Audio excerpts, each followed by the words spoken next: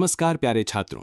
पिछली क्लास में हमने जाना कि हिंद चीन किन देशों से बना और उस पर भारत और चीन का सांस्कृतिक प्रभाव कैसे पड़ा। आज हम बात करेंगे व्यापारिक कंपनियों का आगमन और फ्रांसीसी प्रभुत्व। सबसे पहले कहानी की शुरुआत होती है 1498 ईस्वी से, जब वास्को डी गामा ने भारत का समुद्री मार्ग खोज निकाला। इसके बाद सबसे पहले पुर्तगाली व्यापारी यहां पहुंचे। 1510 ईस्वी में उन्होंने मलक्का को अपना व्यापारिक केंद्र बना लिया और यहीं से हिंद चीन के देशों से व्यापार शुरू कर दिया। इसके बाद बारी बारी से आए पुर्तगाली, स्पेन, डच, इंग्लैंड और फ्रांस। लेकिन ध्यान रहे बच्चों, इनमें से सिर्फ फ्रांस ने यहां राजनीतिक प्रभुत्व जमाने की ठान ली थी। फ्रांस का कदम कदम पे बढ़ना। 17वीं सदी में बहुत से फ्रांसीसी व्यापारी और पादरी हिंद चीन पहुंच गए। 1747 ईस्वी के बाद फ्रांस ने अन्नाम में खास रुचि लेनी शुरू कर दी। 1787 ईस्वी में कोचीन चीन के शासक से फ्रांस ने एक संधि कर ली। लेकिन अभी भी फ्रांसीसी पूरी तरह हावी नहीं हो पाए थे, क्योंकि 19वीं सदी में अन्नाम और कोचीन चीन में फ्रांसीसी पादरियों के खिलाफ आंदोलन तेज हो रहे थे। फिर भी 1862 ईस्वी में अन्नाम को सैन्य बल के दम पर संधि के लिए मजबूर कर दिया गया।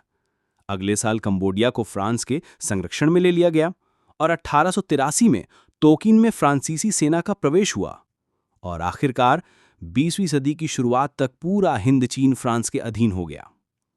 इस बात को यदि स्पष्ट रूप से समझें तो 1862 में फ्रांस ने कोचीन चीन पर, 1863 में कंबोडिया पर, 1884 में अन्नाम पर और 1904 में लाओस पर अधिकार कर लिया।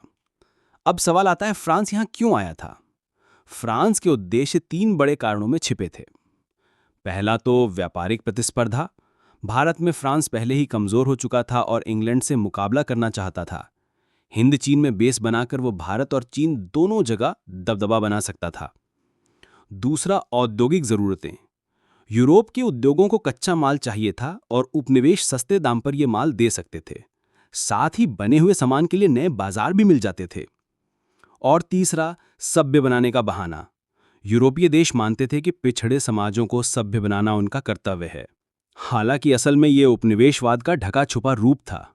तो बच्चों, इस तरह फ्रांस ने धीरे धीरे व्यापार से राजनीति और फिर राजनीति से पूरी सत्ता अपने हाथ में ले ली। अगले वीडियो यानी पार्ट 3 में हम जानेंगे कैसे फ्रांसीसी शासन के बीच हिंद चीन में राष्ट्रवाद का विकास हुआ और लोगों ने अपनी आज़ादी के लिए संघर्ष शुरू किया। तो वीडियो को लाइक, शेयर और सब्सक्राइब जरूर करें ताकि अगला पार्ट आते ही आपको नोटिफिकेशन मिल जाए। पढ़ते रहिए, आगे बढ़ते रहिए।